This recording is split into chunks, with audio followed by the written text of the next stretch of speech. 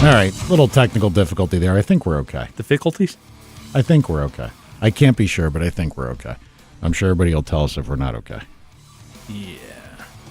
But everything looks like it's up. I don't know what Tom's doing. He's like, oh, you guys are yelling at me for something. because you got the phone next to the mic cable. Why am I the only one who hears this stuff? I didn't hear that. We're power and speed again? We're supposed to be. Did your brain fall out on the way up here? You sitting too close to Tad? Do we have a phone number? Hey, we're power and speed, 908-751-0211. He's yelling at me about technical difficulties. This studio is like a moving target. Go ahead, Tad. I didn't want to like steal us on the Facebook and the iTunes and fun stuff like that. If you hear me, if you're actually listening still. What? No, everybody can hear you.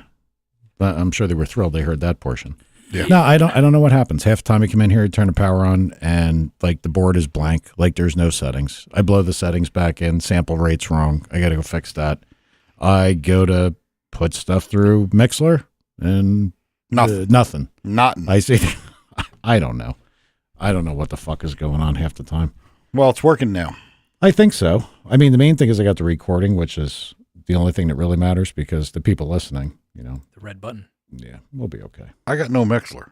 I can't chat on Mixler. Well, I mean, that means you should be paying attention today. It's annoying. That must be me. Marvelous. It's unbelievable. Well, Mixler wasn't working, and all of a sudden it's working. That's great. Fuck both of you guys. All right, let's talk about Porsche eating everybody's lunch. The pink pig. I got to get you guys. Anybody that's on off Mixler, Get you off of me. Anybody that's on Mixler listening to us, we better have watched that race this weekend. Look, I was all set to come in here and hate on the stupid car that's pink, that has the motor in the wrong end. I was really ready to. And I was really to hate on the balance of performance people. But how much could you really hate on them? That was a 24-hour race. And the cars finished in relatively close proximity. It's not the result I wanted, of course. Who finished where? Wait, you didn't watch? Negative. Uh-oh.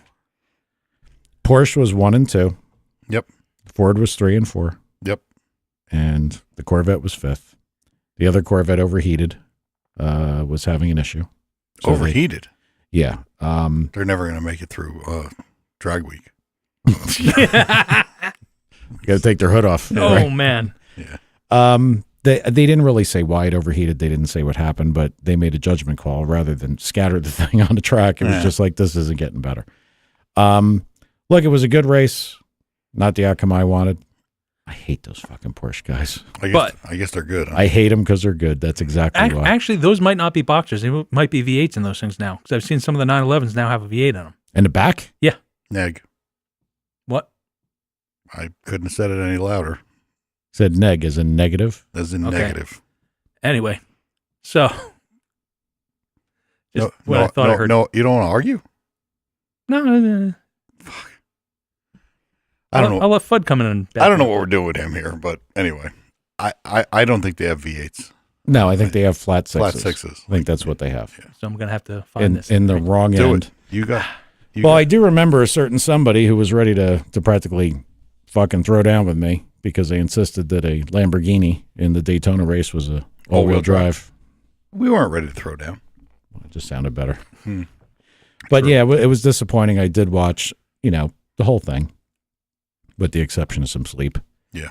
And just, you hope, say, do you have a little bit left? You're not, is there a little there? Just driving around. No. And they were bagging a little bit. No. But like I said, got to give them credit. All those teams, any team that finished, you've got to give them credit. What happened to Audi? I don't know. Did they get out? They said something. The Dieselgate is supposedly why they didn't advance. So they don't even go anymore? No. Just for the diesel reason, but. Well, not for the diesel reason, but I think it was funding. Weren't they? Didn't they just crush everybody? Yeah. Well, years ago, what was the first one? Was it actually the R8? No, it was the R10. Yeah, was, I think, the first when I one. was talking to you back in TK, you were talking about how incredible this engine was. And boy, back in the time, doing, they had a video for that was just incredible, like a marketing video. Yeah. It was really cool. Yeah, they killed everybody for a long time. And I remember, I always laughed about it because I guess the balancing people said to him, we're going to do this. And the Audi guys like laughed, like, yeah, whatever. and then they just got him again. And they're like, we're going to do more. And they got him again. And I remember at some point there was an interview saying that, like, we have so much left we can get out of this. It's stupid. And I think they said something like, we're never going to lose unless we crash. They were that sure. Wow. And they did for a long time. Yeah. But no, it's a tough race. And over the span of 24 hours to have the cars finish that close. I mean, I think all of them except the Porsche. I think the Porsche was a lap or two up, and that was something that happened in the very, very beginning. I think the guy led the whole damn thing in that class. I think he was 2 laps up or 1 lap up, but everybody else was like within a lap.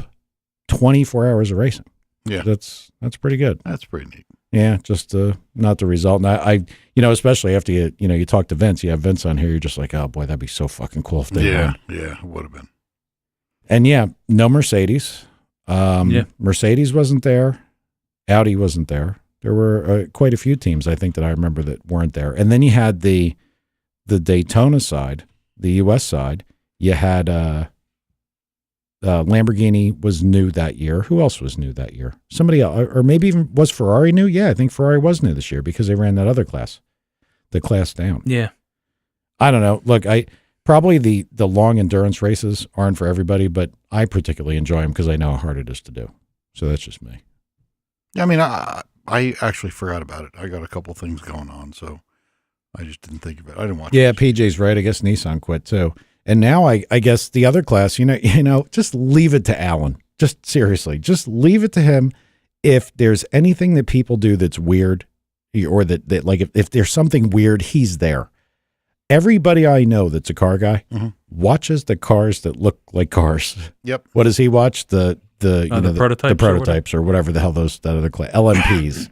There's LMP1 and LMP2. Yeah, but you were watching when they're coming out of the pits how instantly fast they are with the electric drive that the guy I'm gonna let you say why that is, because he was said amazing. There's no throttling it. They want it to be on and going, and when they leave the pits, it's just like the thing is blindingly fast, 0 to 60. It's what the hell. I'll try to clarify what Tad said. When the Toyotas get into the pits and they stop for their stop. Toyota.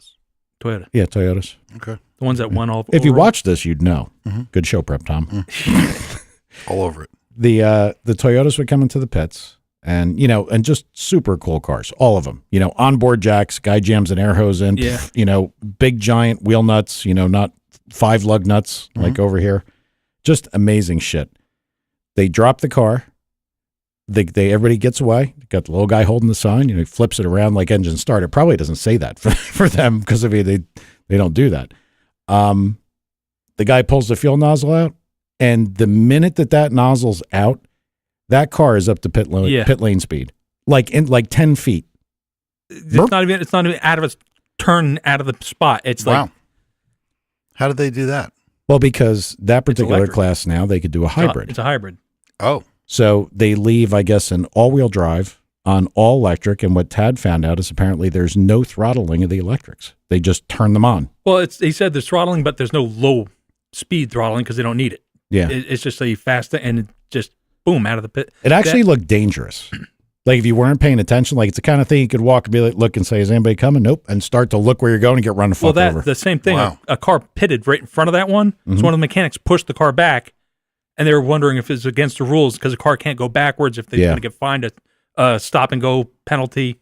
And it's like he can't go but they forward. had to move it back because they were afraid they'd hit the car in front of it. Because how fast they take off, the guy might just, whack the car in front of him. Yeah, think about that. Think about the human reaction time, and you whack the throttle on that thing, and it just goes. Yeah. If like the car just pushed a little bit or did something, you're running into shit. Crazy.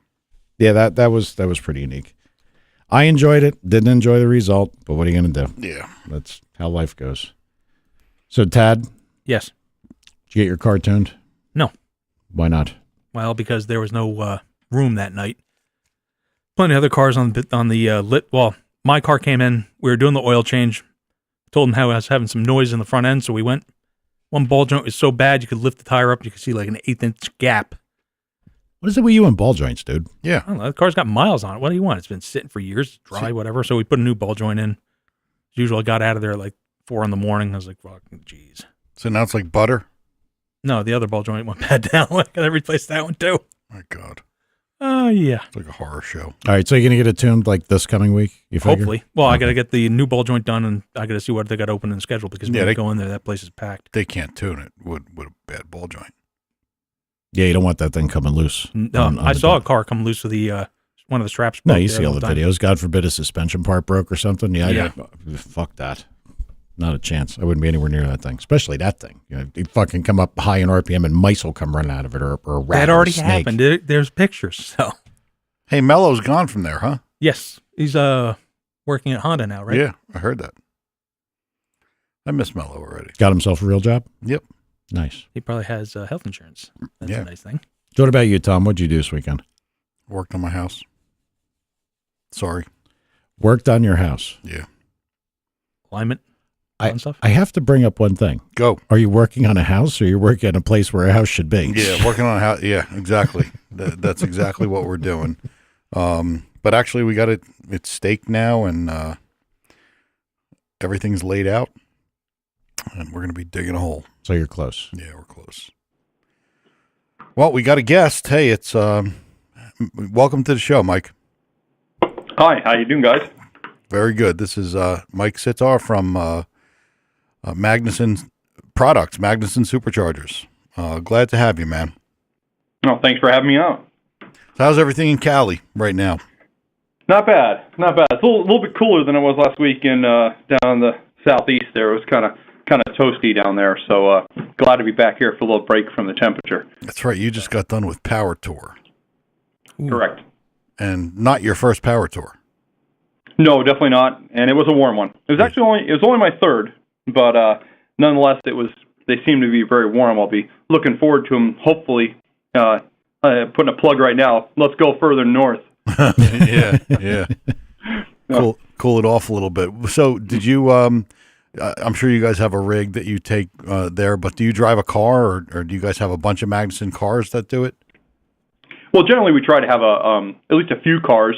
We have 3 cars in our stable right now. Only one of them made it to that event. The other 2 are still in various states of array due to upgrades or changes. So the only one we took with us was our Camaro, and it was a good time. So it's fun. I at least run that down the quarter mile, and hell, we even autocrossed it this time. Probably wasn't the best choice, but it was fun. So yeah, I did see that. Yeah, that thing's got a little bit of power for autocross, right? Probably a handful. Yeah, tends to be a little touchy with a street tire on it. So I bet. So tell us about Magnuson. You've been there quite a while. Mike and I met in actually a few years ago in Dubai, and you've been at the helm there for a little bit now, right? Correct. Yeah, just coming up on about 3 years now. So I am finally starting to fit in well here and getting things heading in the direction that I like to have. So we've slowly been doing some changes with what Magnuson's products are here and trying to grow ourselves into some other markets and have new products.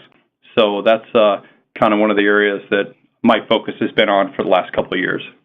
And I guess the business for you guys seems to be growing from the outside looking at it. Looks like you guys are adding stuff, pretty rapidly for a supercharger company, which, it can't be that easy to develop something from nothing to finished product. Yeah, and more serious stuff too. Yeah. I mean, this is not right. Yeah, this is getting serious.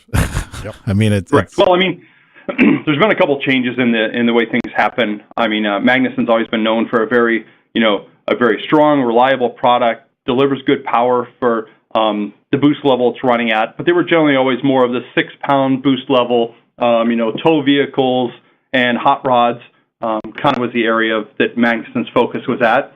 I, on the other hand, unfortunately, I'm a drag racer, so I like to go fast, and we have been focusing a little more on maintaining all that current, the current bolt-on, easy, turnkey, reliable for the life of the vehicle aspect, and then also growing a little more into the drag world, much higher boost levels and changing our product to achieve good performance in those areas.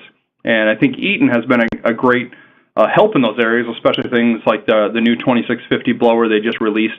That rotating group allows us to go quite a bit further than we were able to before, and optimizing basically the whole systems around the new blowers.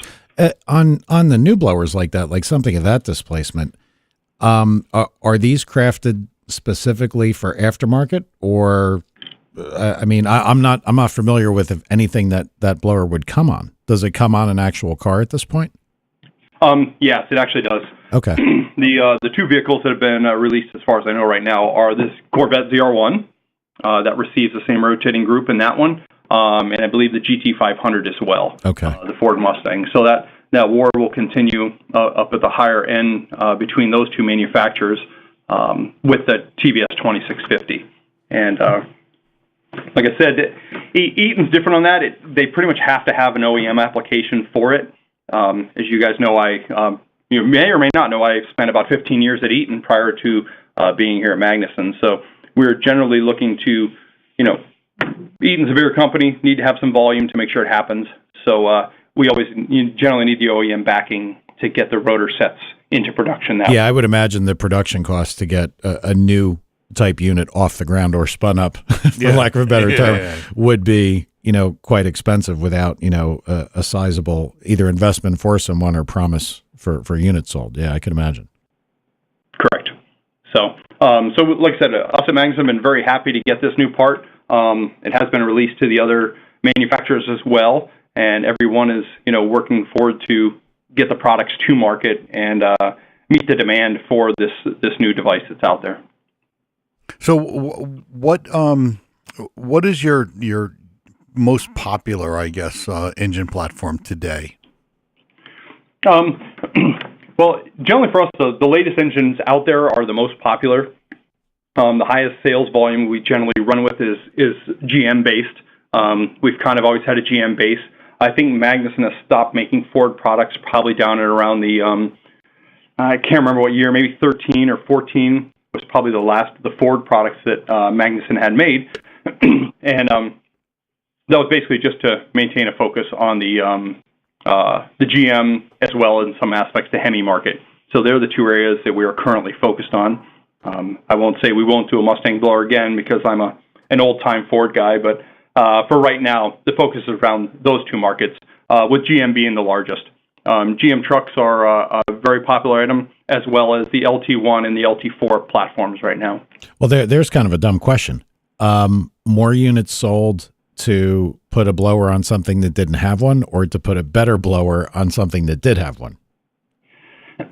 Definitely more units sold to the ones that didn't have a blower on them, but it's still bringing, we've seen more and more interest in the LT4 market. When we look at the LT4, I mean, the stock blower on there, I worked with GM on that originally when I was at Eaton to do the LT4 blower, and I think every one of us argued that it's too small of a blower, let's not do that, but that was GM's path, that's what they want to do. It turned out to be a great product, and they sell a ton of them, and at the end of the day, it's a good product up to about 700 wheel horse. But once you get to that point, you've run way past the limit of the blower, and you're costing yourself a lot extra heat and other problems with it. So even simply switching to a 2300 will normally unleash about another 150 horse compared to what they currently have at a highly pushed motor. If you're at the base levels, it's not as big of a gain, so it's a tougher thing to swap to the upgraded blower right off the bat. If you're looking for huge gains, there's other areas. You definitely need to look at cams, heads, things like that are all good gains for those motors going forward. But once you tap about that, 675, 700 wheel horse, then the 2300 becomes a huge gain at those points. Okay. And I guess as you move more air through the system, intercooler becomes more critical, how the intercoolers are laid out, because I was looking through some of the manifold designs of the old school intercoolers to the newer versions. So what did you guys find going the direction you went that way with the twin intercoolers, I guess? Yeah, we still kind of do both. It just depends on packaging. In a truck application, we have plenty of room under the hood, and we can fit a bigger brick. Now, of course, you're probably referring to some of our previous truck kits and the LT1 kits, which are still focused around about 6 to 7 pounds of boost. I mean, when you're towing application and everything else, it's very difficult to get octane to run much more than that, regardless of where it is. And when you're at low boost levels like that, the intercooler doesn't have to work quite as hard. But when you get to the higher stuff, that's where the underhood uses the dual coolers on each side. And we've done a ton of development on them in the last 2 or 3 years that have pushed the intercooler effectivenesses from a typical aftermarket style intercooler, which just runs about maybe 50 to 55% effectiveness, up to in the low 80s, a low to mid 80% range on the latest product that we're selling today. So those relate to a pretty big difference. Even if you're talking, 7, 8 PSI of boost, you can still see as much as a 40-degree F drop in your inlet air temperatures, additional past the other coolers that are on there. So we kind of have continued to develop that. Moving forward, even our truck kits, stuff like that, will receive new intercoolers, things like that are much more focused at making higher power the whole way through. So is that where a lot of the R&D has been in the past couple of years in getting the intercoolers much better? Most definitely. Yeah. Supercharger design, working on our housings, our ports, and our intercoolers is pretty much where our focus has been for the probably last 2 or 3 years. Now that we have all the latest toolbox we need to develop these great products, we're starting to push them into things like the 2650. Of course, unit on our Camaro is somewhat of a development unit for us to understand exactly how these parts work together, and we're continually working with other companies and other places to test the product at the highest levels possible. Yeah, that 2650 is an amazing piece. I know the data's out there, but that thing has made 1,150 horsepower in the Camaro. Correct. Our Camaro's been that far. We have Hellcats that are at 1,150 horse or 1,100 horse as well at the wheels. So the unit's definitely capable of that. Again, some of the biggest problems we run into is fuel the whole way around. The Camaro is limited by the fuel system, low pressure fuel system, which needs additional upgrades at this point.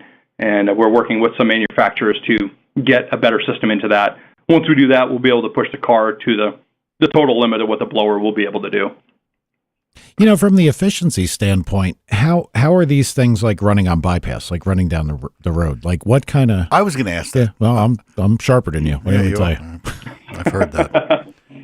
Well, a lot of it just depends on what your final goals are. And so bypasses, of course, the larger the bypass is, you have to basically bring the air from the outlet back to the inlet to relieve the pressure from the blower.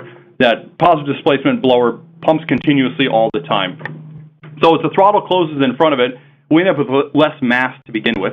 So that makes it less that we have to pump. So when we're cruising down the road, we're at manifold vacuum. So that's basically taking at least half of the amount of mass of air out of the intake system. So that's less we have to recirculate.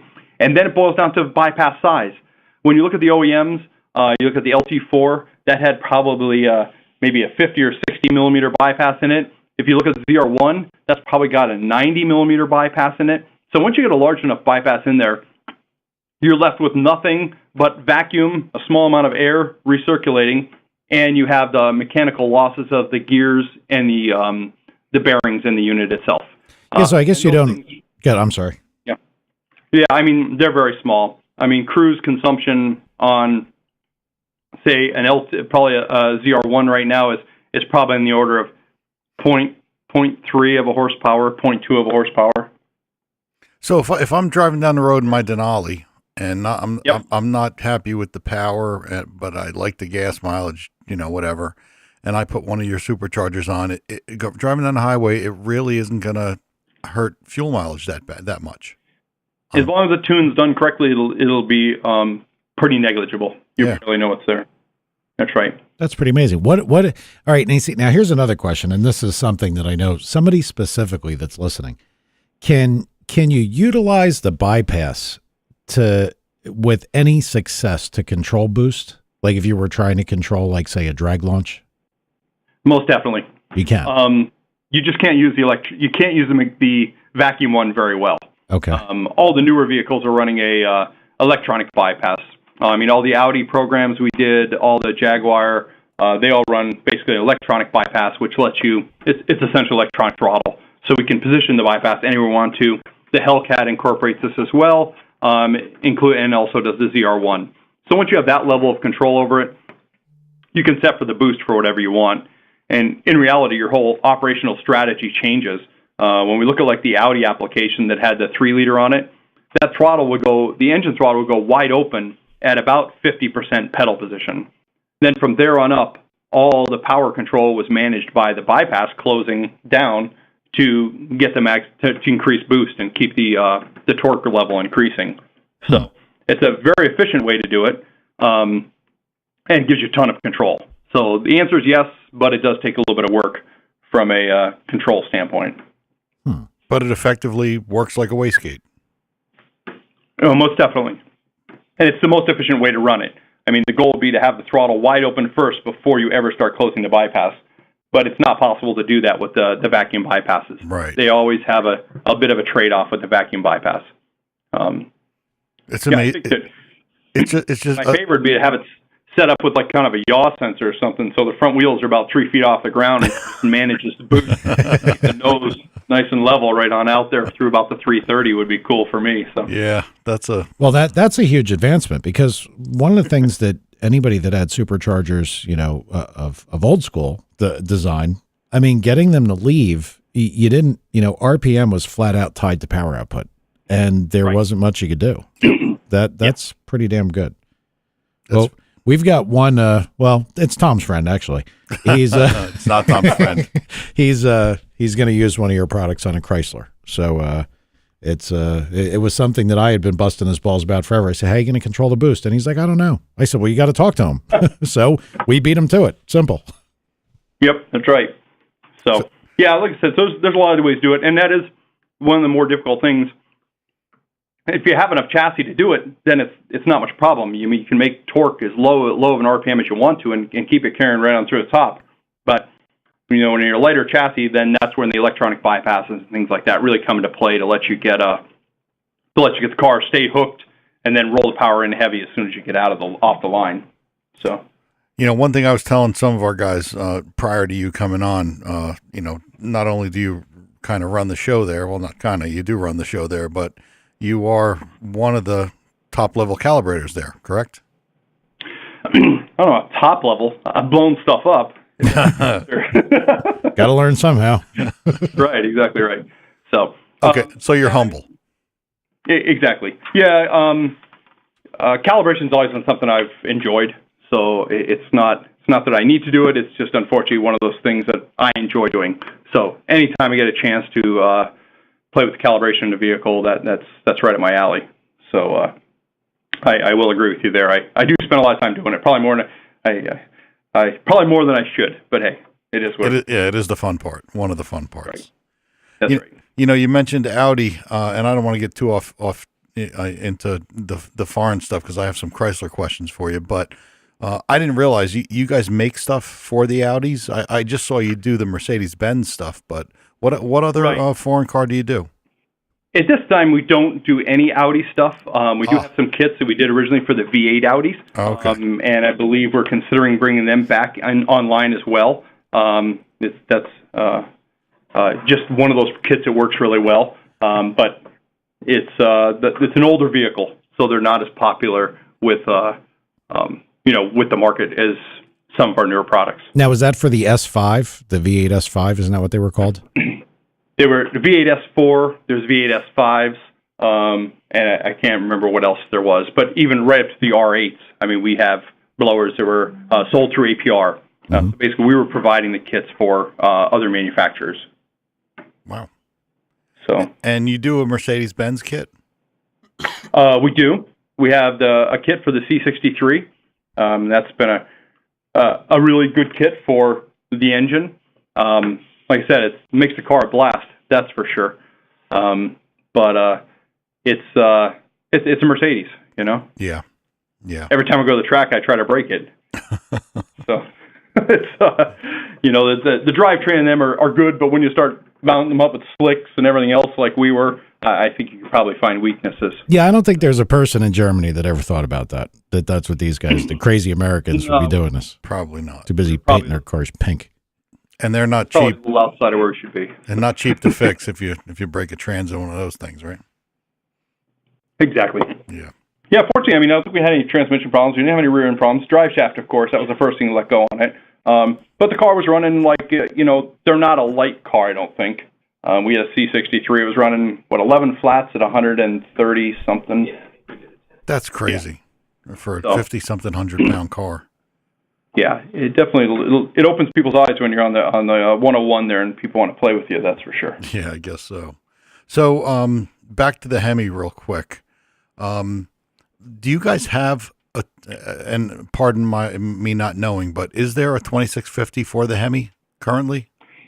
We have 2650s for the Hellcat motors. Is the current product we have now. We're working on getting into the other aspects of it, but we have to pick and choose paths as we go, just based off of resource sides. So our focus is switched from, so we have Hellcat kits available. They'll fit Hellcats, they'll fit Demons, they'll fit Trackhawks. So pretty much anything that has the Hellcat-based motor in it, the 6.2 motor, 6.2, right. will fit. The same kit will be moved to the rest of the vehicles, the 6.4s and the 5.7s, the 2650. It's basically the same kit with just a different tub. We have to change the way that we bolt it to the heads. The heads have different bolt patterns. But it takes a little more work to finish a complete kit there because you have to do all the front radiators, the pumps, basically everything for the whole drive system. We're on the Hellcat, all that stuff exists. So it's just a little quicker to market for those first parts. So if on a racing application, if there were no barriers as far as octane or anything, how much power will that thing make? A 2650. The 2650, if you can feed it, the biggest thing is making sure, and any of these positive displacements, it's the hurdle's always the inlet to the blower, because you only have atmospheric air to play with at the inlet. So you have to have enough throttle. Hence the reason our Camaro runs twins on it, or something big enough to get enough air in it. The unit should be capable of making our Stage 2 unit. We have a Stage 1 and a Stage 2 at this point. Stage 2 should make about 1,500 flywheel horses, what that unit's capable of. So I'm expecting that with Camaro all set up, with everything we can get on it, we should be able to hit between 1,250 and 1,300 at the wheels with that car.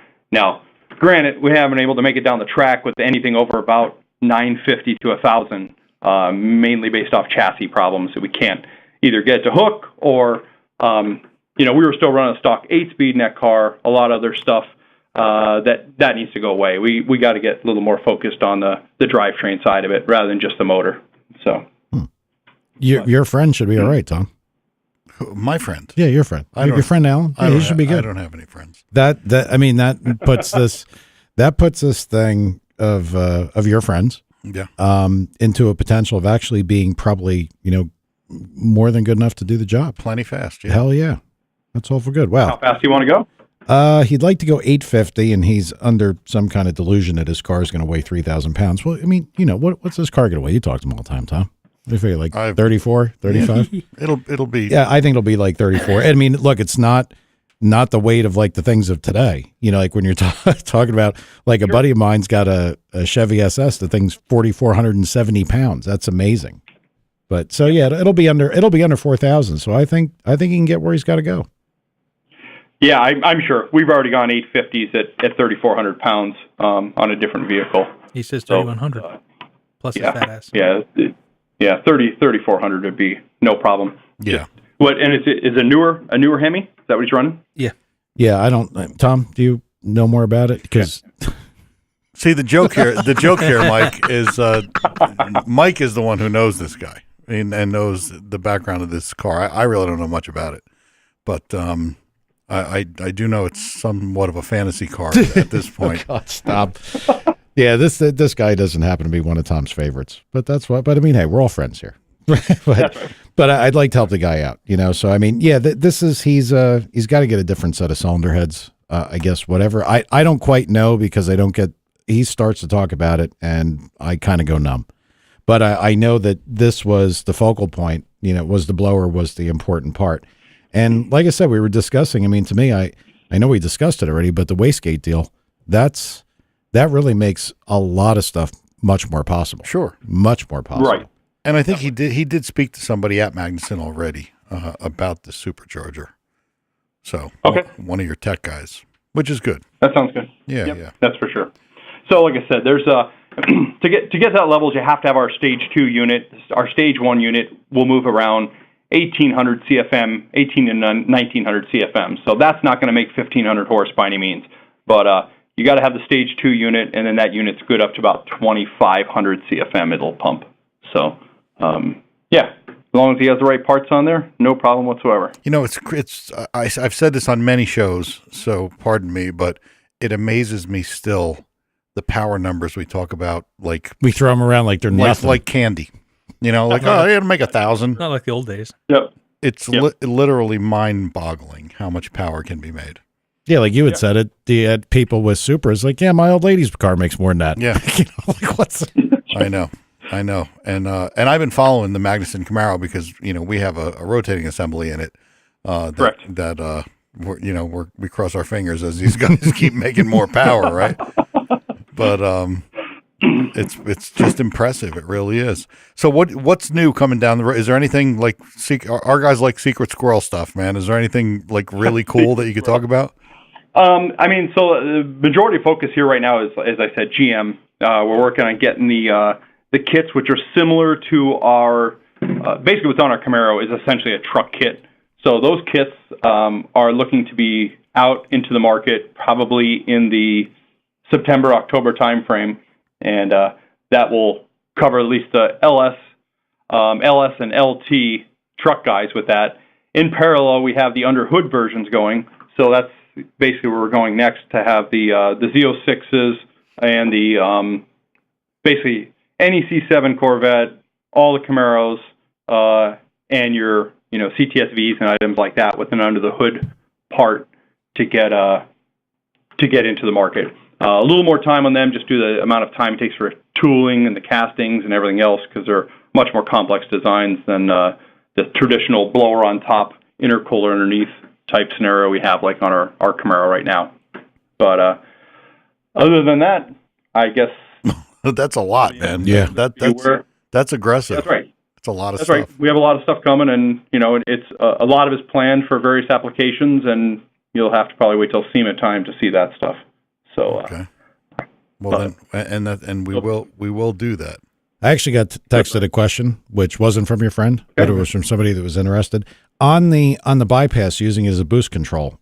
Can you, like, if you were making a quarter-mile pass, could you use that? How do I say this? I know what he was asking, and I'm trying to phrase it correctly. Like, could you use it like an actual wastegate that even at high RPM, you could continue to bypass without an ill effect? Like, if you, like, let's say the way it's ratioed would make 15 pounds of boost, and you only want to make 10. Could you bypass at high speed without any ill effect? I mean, a lot of that depends on the system setup, whether it's an intercooled or non-intercooled bypass. If you're running pretty high pressure ratio-wise with the blower and you bypass, you're basically, if you're doing a non-intercooled bypass, which is traditionally most of the OEM methods of doing it, is taking the bypass air directly from the outlet of the blower. So basically all you do is you ran it through the blower, you heated the air, and then you're going to put it back to the intake. Mm-hmm. That you might run into some limitations there based off of that. But similar to like the scenario, it's the system that's on our Hellcats or on our Camaro, they are an intercooled bypass. So even when you're bypassing air, the air still makes it through the intercooler core. We've installed cores in those things that are very large, just to say it simply, and they can do a lot of cooling. So it's no problem for you to be able to do active bypassing at the top end. Now, it's not free. The two things that comprise the power input to a blower. So if you have power, if the blower is consuming power to pump the air into the motor, one thing is the pressure ratio. It's the amount of pressure differential you're going to put the blower under and how much work it takes to bring that air from one pressure to a higher pressure. The second part of that is the mass flow, and they're the two items you basically pay for. So when we're crews going on the highway, we got the throttle closed, we're running under a vacuum, we have no pressure ratio at all, the blower's consuming nothing. If we were to close the bypass under that same condition, with that same vacuum, but close the bypass, we would actually create a pressure ratio. It's going to be the pressure ratio of whatever the blower's pulleyed for, but it'll be working against the throttle, so you won't really see any boost, but you'll end up with a power consumption due to the pressure ratio. Mm-hmm. The mass will still be really low, so you won't see that part of it. So it kind of splits that way. Over while it's top end of the track and we start bypassing, we will reduce the pressure ratio by bypassing, so some of the power consumption will reduce somewhat, but the mass flow is still the same amount for the most part that's going through the rotors. So you don't see quite the benefit of actually pulling down as you would see with bypassing. So the best is to optimize it. The plus with these blowers is pretty much any of the engines you're going to run, it's going to deliver you an absolutely flat boost curve from probably, on most engines, even our Camaro, we're pretty much flat from about 3,000 RPM all the way up to 72 or 7,300 where we shift at. So it's there's really not much reason to do bypassing up top. The biggest thing is coming out of the hole. If you need to manage a small tire or do something like that, then you have options for that. Right, yeah. Because you can, with pulleys, you can manage it however you need to for the back half of the race. That's nice. It's got a linear deal like that. That's really nice. Exactly. And then even the picture you posted there on your site, I saw there that has the jack shaft on it. We could change pulleys on the front and the back. So on the rear side of that, we have cogs to let us go from 30% underdriven to 30% overdriven. So you can do a lot of boost change and dial. And we have pulleys in one or two tooth increments. So you can really get you could dial it in. Dial the boost in exactly what you need. In fact, it's not unusual for us to do that. If we're at a track and it's feeling a little slippery, we'll bump it down 2 teeth and slightly underdrive the blower, or work our way up if the track's hooking well. We can tweak that. The tracks on Power Tour were nowhere near that good anywhere, so unfortunately there was no tweaking. In fact, we just started in second for all the runs, which was a savings grace because there was no way we could hook the car in first. But second worked good, and we still ran fairly strong there. Yeah, still on like 9.0, right? Starting in second. Yeah, I think we went 920s starting in second. Yeah, I knew it was something like that. Yeah, 920s at about 153. So it's just not bad with me in it, the car weighs 4,000 with me in it. So I need to work on the weight of that car a little bit too. It's ridiculous. It really is. All right. Well, listen, we don't want to keep you all night. Why don't you plug however you want to plug? I did have another question. Well, but you just kind of jacked me right out of it. Appreciate that. Speak up, sir. Well, you started talking. I didn't know you were going there already. Sorry. God. This might be a little weird question, but what is, and I know it depends on the ratio and of course all the other things you just referenced, but what is the approximate consumption of the blowers and how does it change over the size of the displacement, providing that they had, adequate air input and like, let's say you had them all going to make 10 pounds, so, correct. And the air movement that would be proportionate. What kind of consumptions do they actually take? Okay, so that's a tough one. We'd have to open up the maps for that to get exactly what so you're saying across different blowers?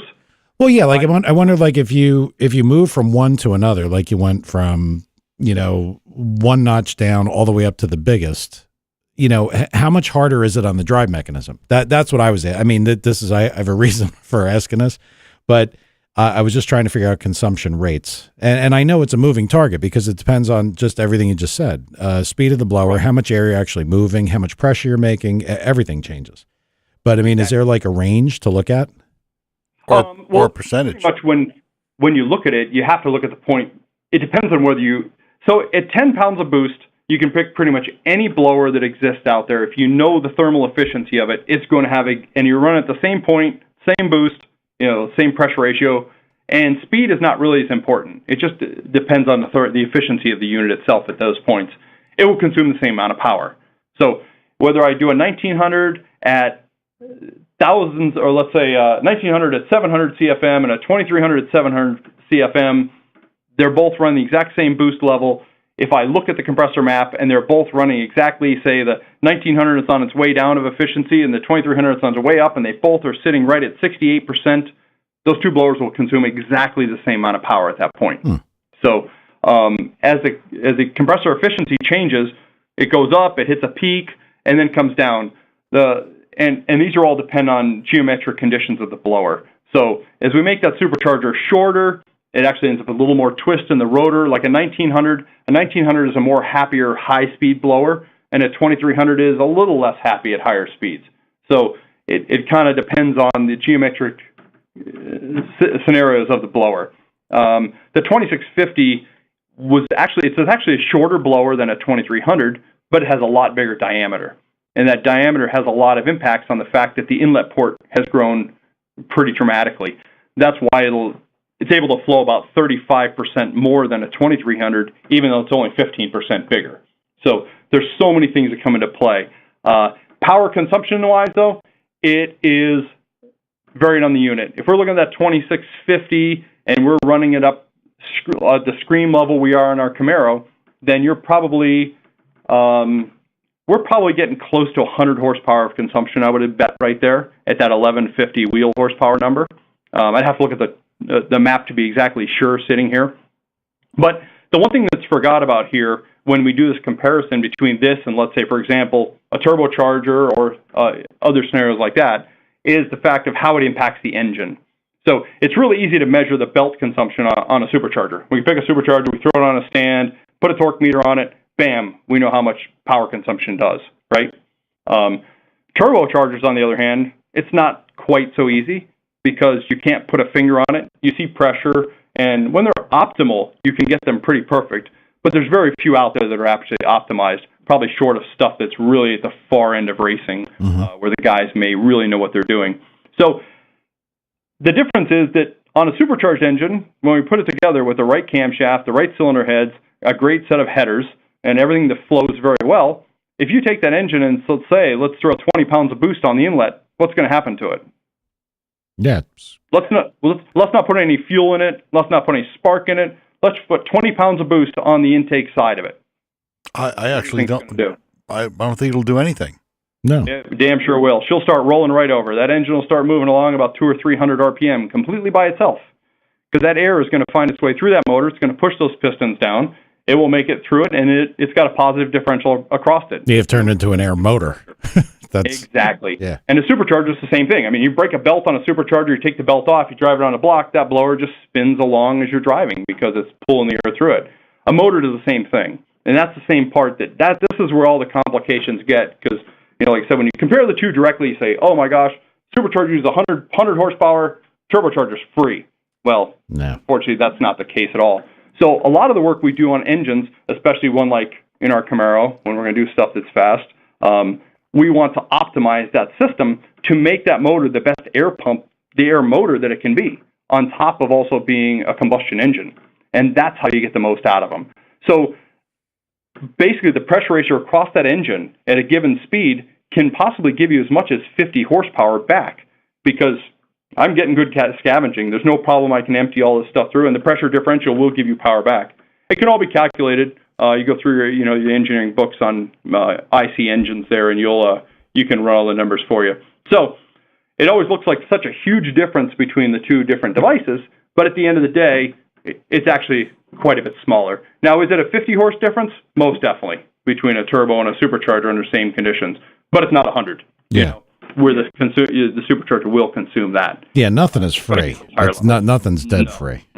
It depends on what you get into. I mean, I've been in OEM applications where we showed up with a supercharger at OEM manufacturers, and they had twin turbo setups running, and we pulled the turbos off, threw the blower on, and actually made more power with the blower at the same boost. Because in OEM worlds, they're very focused on the response down low. So for a turbo to do that, you've really got to make it pretty anemic up top. Yeah. I mean, we've all driven those OEMs vehicles in those cases. So that's kind of where the scenario plays in really good for the OEM world. And it's same in the aftermarket. But end of the day, the power consumption is it's a fairly good number on a big blower. Yeah, it's not as bad as I thought. No, not at all, and it kind of makes sense. Yeah, it's significantly different than I've looked at the blowers for top fuel. I've seen the dynos they run them on, their performance stands, and you're like, oh my gosh, that's crazy, And they consume a lot of power. Yeah, they do. But, they're probably maybe 30 to 40% thermally efficient. Mm-hmm. So it's kind of it kind of makes a big change. When I worked at Eaton, we actually went after the NHRA trying to do a TVS blower for the top fuel side. And the amount of work it took to try to put something that was actually half the size and capable of delivering the exact same or more performance was merely impossible because that same blower had been used for so long, and they're so used to it, and they know what to expect, and, it didn't work out. Yeah, what would you sell, 30 of them? Thing to do. What's that? I mean, you wouldn't. Honestly, and with how many fuel, I guess being fair between top fuel and everything else, I guess, and funny car, there's a bunch of them. But it's not like you're going to sell them like you'd sell regular super. No, hell no. And I guess, but for that at Eaton, it was never about trying to sell a quantity at that point. It was just the fact of having the marketing side of it. Mm. Yeah, because you can make a way better supercharger in the same kind of envelope. But they rely so heavily on nitromethane too that supercharger can be kind of a piece of junk. They're just loud. Yeah, they don't run them quite as hard as they do in the alcohol world. That's true. Yeah, but those things are. Nonetheless, it's still. Yeah. Us guys who like boosting just like boosting. It doesn't really matter what it is. Well, I got to tell you, this stuff has come a long way from the days of a pair of 650s on the top of a crap 671 that would drive down the road like a bag of shit. This is a far cry. All they did was make heat. Yep. Yeah, they did. And, they still make power, though. At the end of the day, if it moves enough air, you can make power with it. And that's kind of what you fall into. Bigger, in some cases, is better. Doesn't mean it's more efficient. But it does mean it potentially could make more power. Yep. So, and that's what we're always looking for here is trying to get more power out of the smallest unit we can. And then, of course, find a path to the biggest units we can get. I'm all game for like a 3500 or something. That works good for me. Haven't convinced Eaton to switch that path yet, but don't think I'm not trying every day of the week. I can't imagine there's too many passenger cars that could use that right about now. I can think of like at least. Yeah, some new special Camaro or Corvette would be just fine. It's more fitting it than anything else. Where would you put it?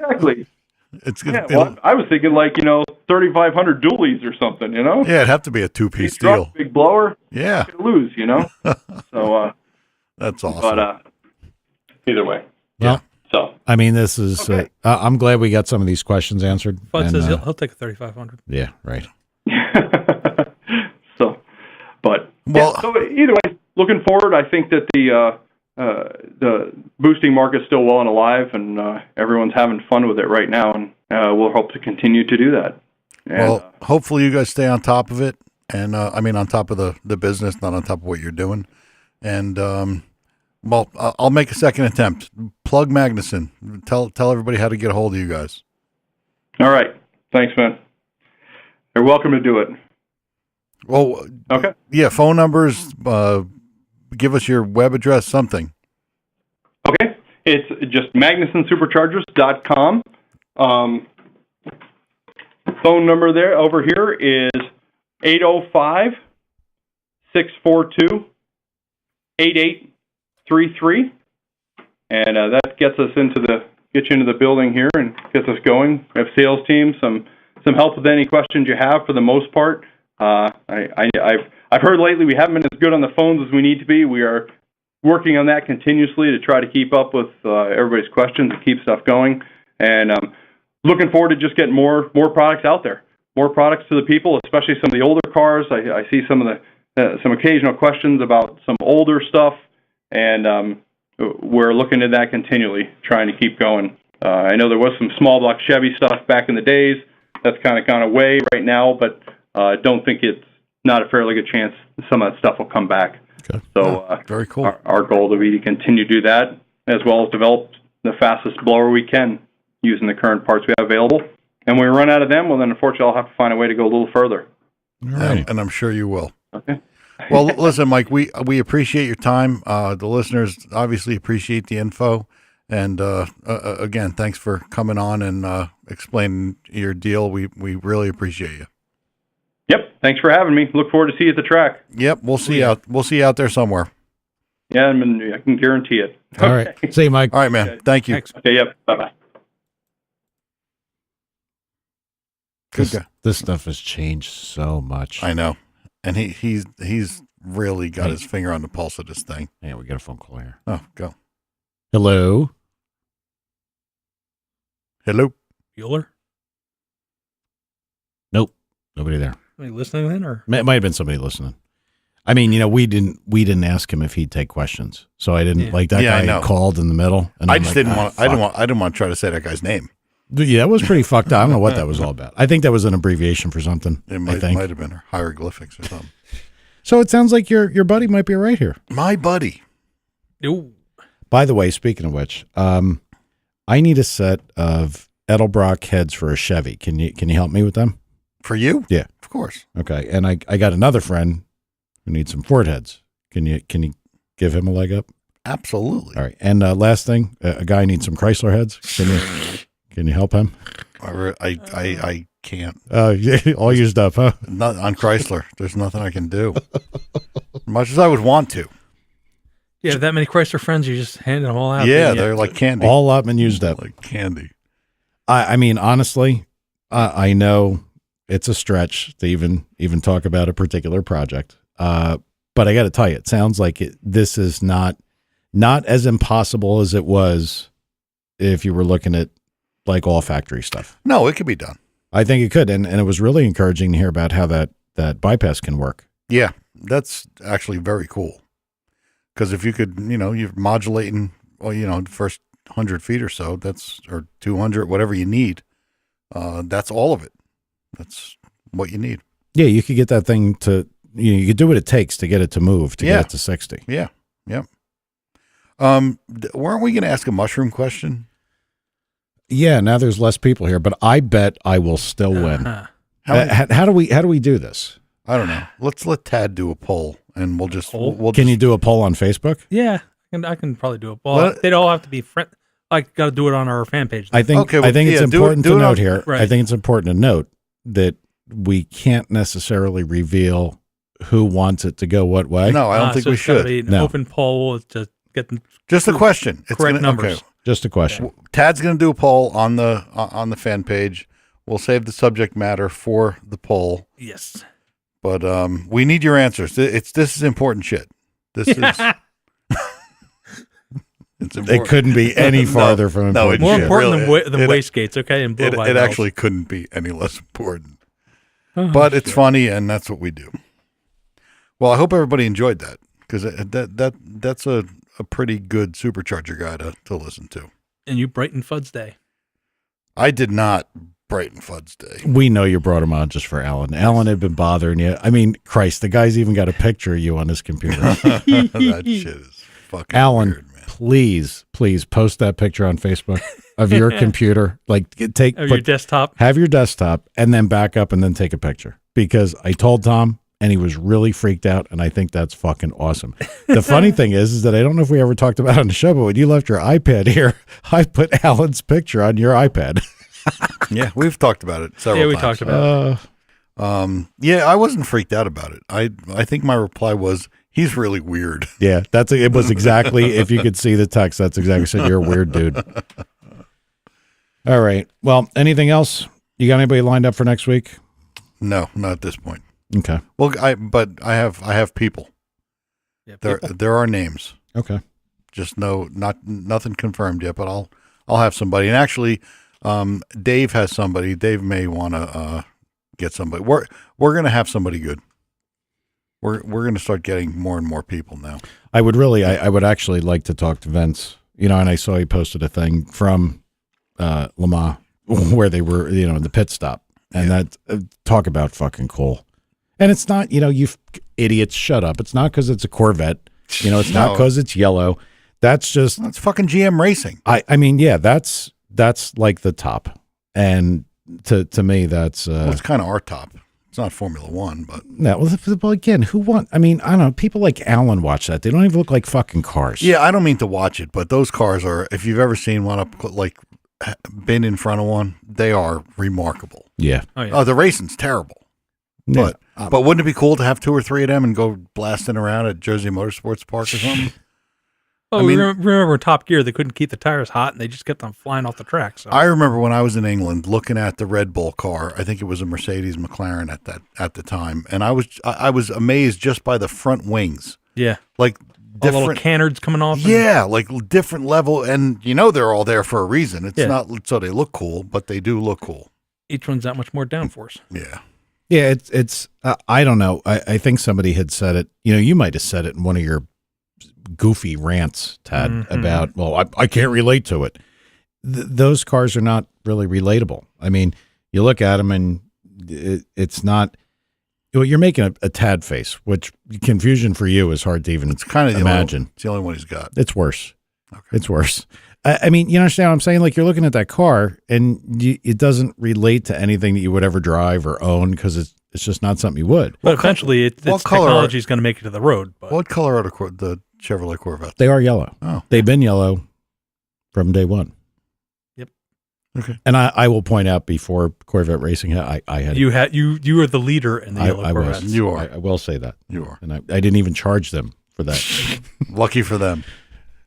But I enjoy it. But yeah, I'd like to talk to him, and maybe it's just all that close, that just that little bit. Maybe next year they'll put some rules on Porsche. Well, I'm sure they probably will, but no more pink. Yeah, that was insult to injury. I didn't get what that all was about. Well, apparently it was like a butcher's car. And it was marked out like where to cut it apart, unless they were planning for it to go to the scrapyard afterward. I don't know, but it was marked out, really? like they were going to cut and all that. Yeah, I guess so. That's bizarre. It was bizarre, and it was just infuriating to see this pink thing. I guess over in there, butchers make mad money, over in France or something, I would like to think that they'd put something on them, but again, you're so close after 24 hours. How much offset does one really need? Yeah, really. I mean, it could have come down to a couple bad breaks, and that would have been it. I mean, it's not like, you got to think about it. It's not like the guy is 2 seconds a lap, every lap faster than everybody else. It's not how it works. No. If that was the case, they'd be miles away by the end of 24 hours. Well, he was 2 laps? Yeah, but there's something happened in the very beginning, which I did actually miss. Right. Well, how big is the track? Oh, I can't remember how many miles it is. Fudd, how big's Le Mans? He knows, because we talked about this. I can tell you this: it takes like 3 minutes and 50 seconds for a GT car to cover it. The GT cars are obscene, but no, that's what we're talking about. The Corvettes. It takes like 3 minutes and 50 seconds, and I know that the top speed was just under 300, like 290, 280 something in kilometers. 8 miles, Fudd says. That's what I was going to say. I was going to say 8, but I didn't want to look like an idiot. So they were 2 laps up, and you guys are saying that was close? It's 24 hours, and I think... but that's 16 miles. Yeah, I guess you look at it that way. Yeah, that's halfway to my house from here. That's that fucking long. But I believe, now Tad, correct me if I'm wrong, because by the end of it, I was just so furious I wasn't really paying attention. I think that the only car that was 2 laps ahead was the one that won. Yeah, the prototype. I think the other guys were... With the F1 driver. Yeah, I think the other guys were within reason. I mean, they were close. Wait, there's a prototype car with an F1 driver? Yeah. What was it, Alonso, or what was his name? Yeah. Yeah. And it was funny when I put the one video on my page of him just in and out of traffic and other prototypes. He's just zipping by people. It's like, Jesus Christ. It's funny. I watched 2 cars coming up on a slow car, and I don't think they're called prototypes, are they? I don't think they're called that in that. They're LMPs. Right. I don't know maybe that's Le Mans prototype. Maybe. I don't know. But they were coming up on like a GT car, flashing their lights like mad, and it's like, I don't know why they do this, but unless they're just going that fast, it's just what it looks like. All of a sudden, like, whoop, they're out of line and around them. And I got to tell you, the guy behind the car that pulled out to pass the guy, all of a sudden was looking at the ass end of a GT car. And I was like, whoa. And it's all happening fast. Real fast. Speed difference is ridiculous. Yeah. All right, so a prototype car was 2 laps ahead. No, the Porsche was 2 laps ahead. Whoa. And I believe, and somebody, and look, I'm sure Vince could clarify this immediately. I believe that the Porsche got a 1-lap advantage early on because of the safety cars. Oh yeah. There's a lot of safety cars out for this and race. what happened is it depends where they get picked up and everything else, and then that changes. You know, like if you go into the pits and then a caution comes out. Yes, and the safety car thing. They had 3 safety cars, didn't they? Yes. Were on the Well, track that's what Alan was very good Right. at. He's a little bit more of a historian about this, and I don't know the race procedures. Alan's not good at anything. He might be actually kind of good at this. He was actually good Alan's not good at anything. at Le Mans. Porsche was 1 lap ahead. CJ said it wasn't 2, so it's only 8 miles. So there. Okay. Well, in 24 hours. No, in 3 minutes, 24 hours is you're right. I'm not. I can't disagree with that. A 3-minute lead over 24 hours is not a whole hell of a lot. It's pretty cool. No, and I don't know how you'd fix that. You know, because I would think that with it being that close, and you know what's mind-boggling about that, we always talk about pro stock guys, all different areas of the country. You know, granted there's some, you know, communication, you know, some whispering and everybody hears some stuff, but these guys all come and you'll get a tight field. They'll be within, you know, thousands. Yeah. You know, well, certainly within the 10th. Yeah. And now you got all these drivers that drive lap after lap after lap that they are in control over. Yeah. I mean, to hit their marks and be that good at the end of 24 hours to be that close, that is pretty amazing that all those people could do it. It is. Just not, I mean, look, it was good to watch, just not the result I wanted. Well, that or watching when they were coming in the pits, the spider monkey guy that washed the windows would jump on the car, be dancing on the hood, you know. It's like, Jesus Christ, are those carbon fiber bodies or what? Because nothing is they were denting, pretty you know? aggressive getting on those things. So just to wipe off freaking windows. No, it's a shame of it is. I don't think a lot of our guys kind of care about this. They're like, I would agree. I'm with them. Oh, Ford does. That's Ford why. does. Because you have no refinement, Thomas. I really don't. You're exactly right about that. There were a lot of cute bitches sleeping around a track in sleeping bags. I did see that. Okay. There we go. Sleeping around. You know what? The funniest thing I saw when they showed the crowd on the side and everything, one guy sitting there eating freedom fries, I should say. Sitting there stuffing his face. Is like, okay. You say freedom fries again, I'm going to hit you in the head with something. I really am. I like it. I'm proud. I'm kind of proud of it. You're in France, the place that's supposed to be all this high-end food and all that stuff, and the guy's sitting there shoving French fries in his mouth watching the races. I wonder if they're better there because they were... They're home brewed? What? Yeah, They're home. I don't know. They have the recipe? They Couple made the recipe. French fries and a croissant. Oh, PJ, Rocky Mountain's going on right now, isn't it? I forgot really? about that. Yeah. I forgot about that. Yeah, I think Guido had an ignition problem or something. Oh, God. But him and Bankshift Billy, I think PJ was saying before. Is that why something came across my screen when I went into 1 and 2 to do something? I went into Facebook to do something. I saw something. Maybe Bankshift Billy was looking for a fan or a fan motor, or something about a fan. I didn't look at that Facebook today. Which Facebook did you look at? I looked at mine once or twice. I didn't look at. Oh, nice. They're 1 and 2 in the stick shift class. Yeah. Very cool. Well, they should be. They got 17,000 horsepower between them. And PJ confirmed I was correct. Bad fan motor. But we wish those guys the best of luck. Yeah. Hell yeah. Absolutely. Crazy fuckers. Yeah, Actually really shifting are. shit. And driving it that far, but... Guido can go there and win the race and then beat everybody up if he wants to. I just think that's cool. I don't know why. All right, you want to talk about diesels or anything, Tad, before Mike signs us off? Not offhand. Nothing of interest with the diesel faction. No, but I did see that Banish. Yeah, that'd been nice, huh? I did see Banish posted a thing about the one that, I don't know what happened. We used to go from no car TV shows to now shit car TV shows. Yeah. We have dumb shit. You know, like there's guys putting on tonneau covers, and I mean, it's really gotten dumbed down.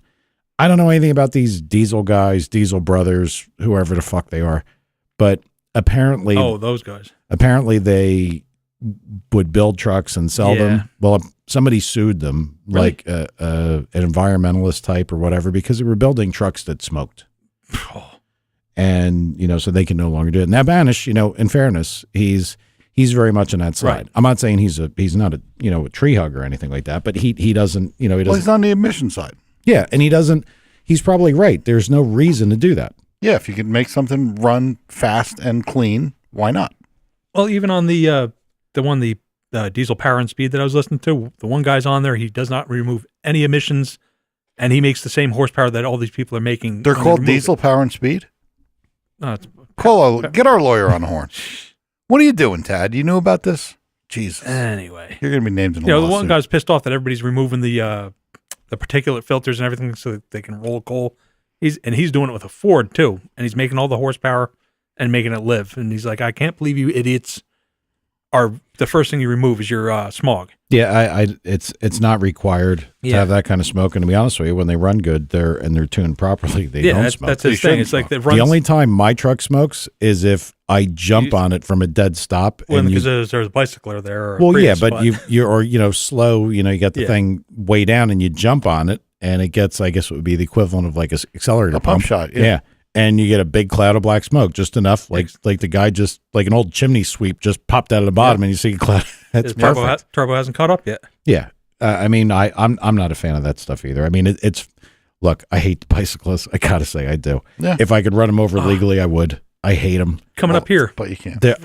They're such jackasses. They're taking up the road like it's a 70s Cadillac. It's like, come on, single file, not out in the road. The guy came out of me. A guy popped out on the road coming into my road just the other day, drove right the fuck in front of me, cut. I'm going to turn into my road. If I wasn't slowing down to turn in, I would have hit him. Right.